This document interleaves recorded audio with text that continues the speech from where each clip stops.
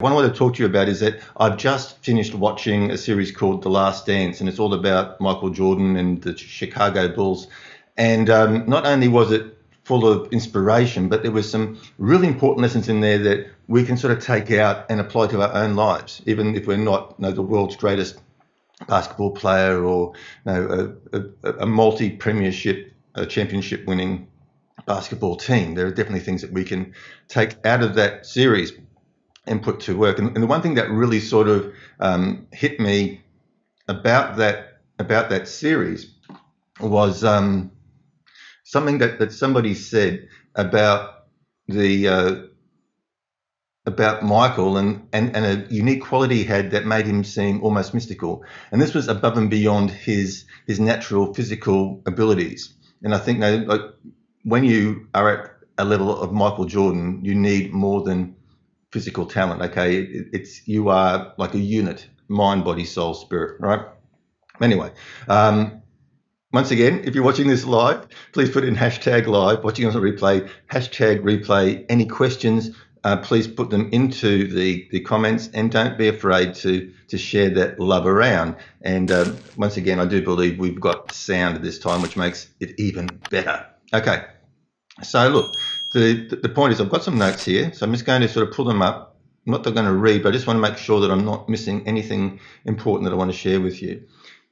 Now, for those of you who don't know me, I have had the pleasure of working with elite athletes for a number of years. I spent 10 years working with the AFL here in Australia. That's the Australian Rules Football League. That's a national competition. And then after I left working full-time, so I was working full-time in the sports medicine department as a therapist, looking after their injuries, preparing the athletes for games and training, strapping them, all that sort of stuff. So really up close and personal with these athletes. Like as a sports trainer and therapist, we probably spend more time with the players than most of the other staff, even coaching staff and that sort of stuff, just because of the amount of work that they need to have done. So I have worked with with players at the top of the game. Some of the best. One was actually regarded as still the best Australian rules football player in the country. Then I went on and I worked with golfers with the PGA when it came to the Gold Coast here in Australia. So I have worked with top level athletes at the top of the game, and I've seen the sacrifices they make. These guys cannot live a normal life. They just can't just pop down to the shops, go have a coffee, go to a restaurant without being swarmed by supporters, fans, and just followers. Right?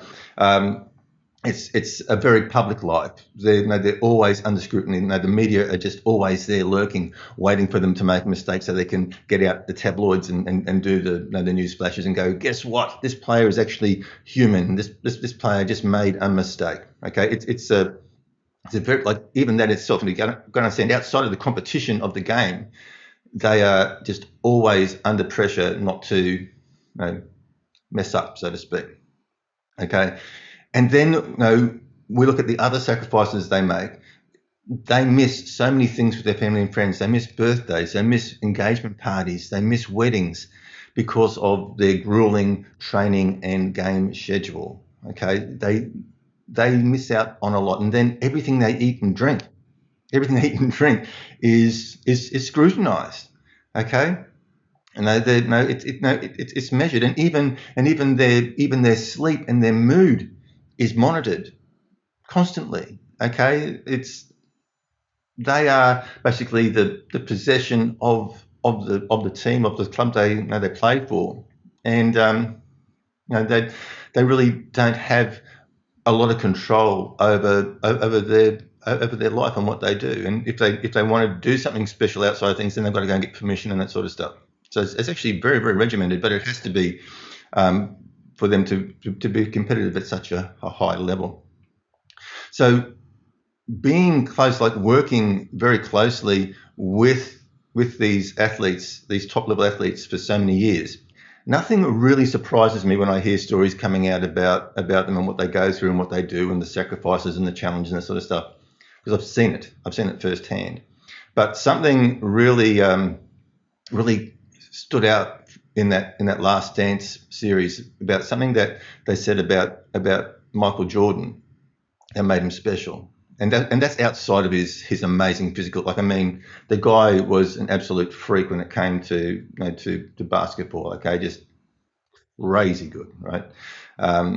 There's never been anybody like him. And I doubt there ever will be again in the future. Like, he's just a one of a kind. I've got the world of respect for the man. But what they said that made him, the quality that he had that made him seem mystical, was something called mindfulness, or just being in the present. Michael had the ability just to be in the present moment, just focus on the present moment.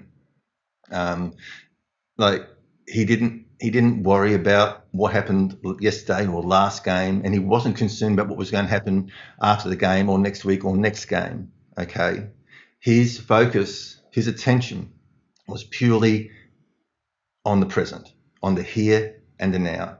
His focus was only on what he could control, right? Um, it's like you can only control your actions and what you do in the present moment. The past is done, and the only thing you can take from the past is lessons. And of course, you should learn from the past. Okay, of course, you should learn from the mistakes you made, from the things you did, the things you didn't do, but also from your successes. Okay, the past is there to learn from. The future is yet to happen. Like, you don't know what's going to happen, tomorrow. You simply don't. Like, you can try to plan and do your best to be prepared, but at the end of the day, you have no idea. Like, you don't even know what's going to happen next hour, right, or next half hour, right? In all honesty, you don't.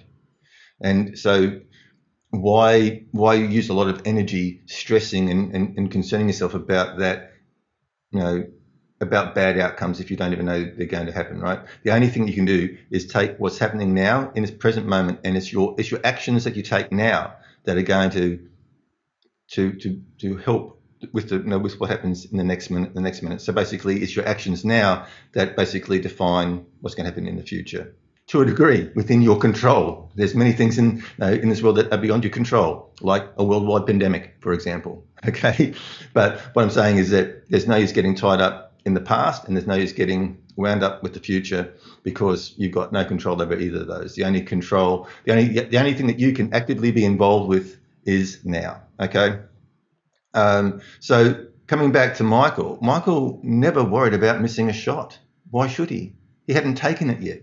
Okay, so he was only worried about the moment, about the here and the now. He's only worried about what he had control over.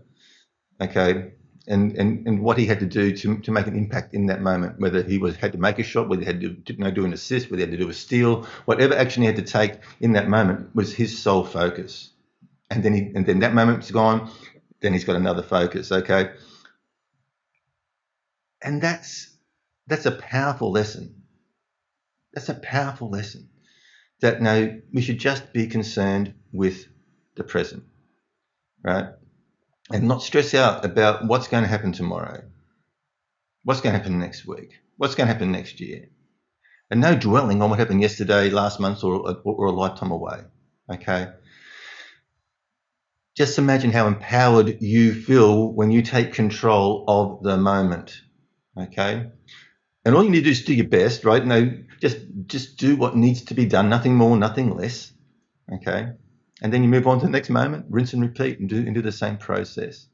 I find the whole concept of being present really liberating, because it does give you that sense of control and independence.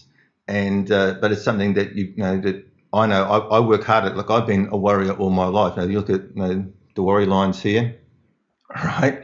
So for me, being present and not worrying about the future.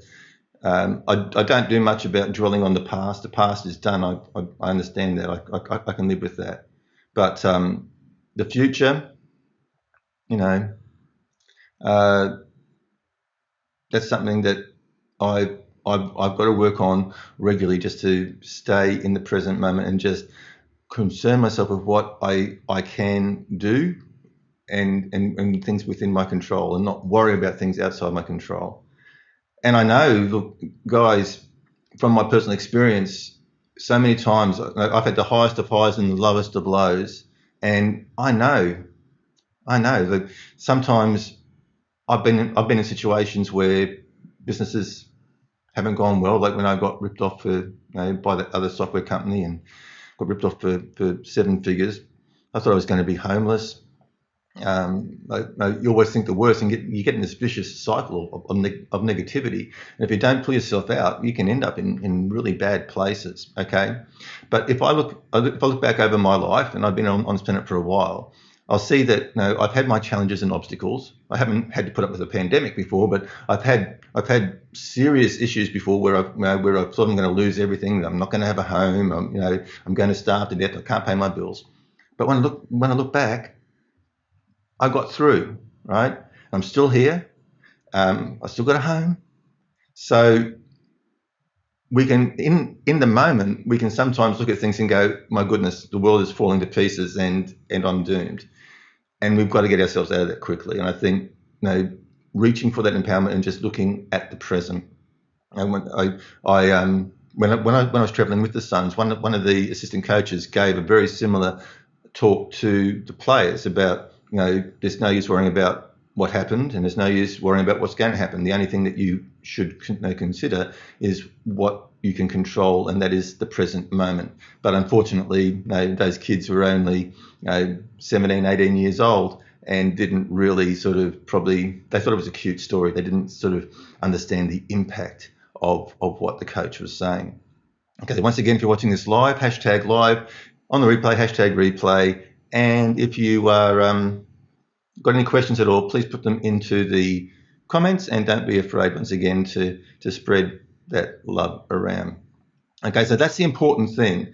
Saying if you're coming on late, please go back and start watching from the beginning, because it is a very powerful and empowering lesson about mindfulness and just being in the present, focusing on the here and now, only concerning yourself over what you can control or have an impact on. So we can't control everything, right?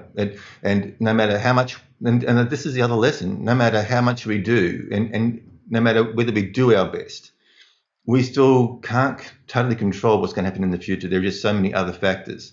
I think once we let go of that, right? Once we let go of that need to control the future, or the need to know what's going to happen in the future, and just be here, be now, be present, and make the most of our time, then it is empowering and liberating. Okay, guys, so that's it for today. This is take 2, actually. The first one I did, for some unknown reason, my mic didn't work, and I sure hope it's working this time. Otherwise, I'm just going to give up for the day. Okay. Once again, we know 2020 is much of a write-off, but let's see if we can close out 2020. Let's hope that things start to get back to normal before the end of the year, and that we can finish 2020 on some sort of a high note, but with momentum, and move into 2021, right? Not from the starters blocks, but move into 2021 with momentum, so that we can enjoy prosperity and success. And until next time, you take care.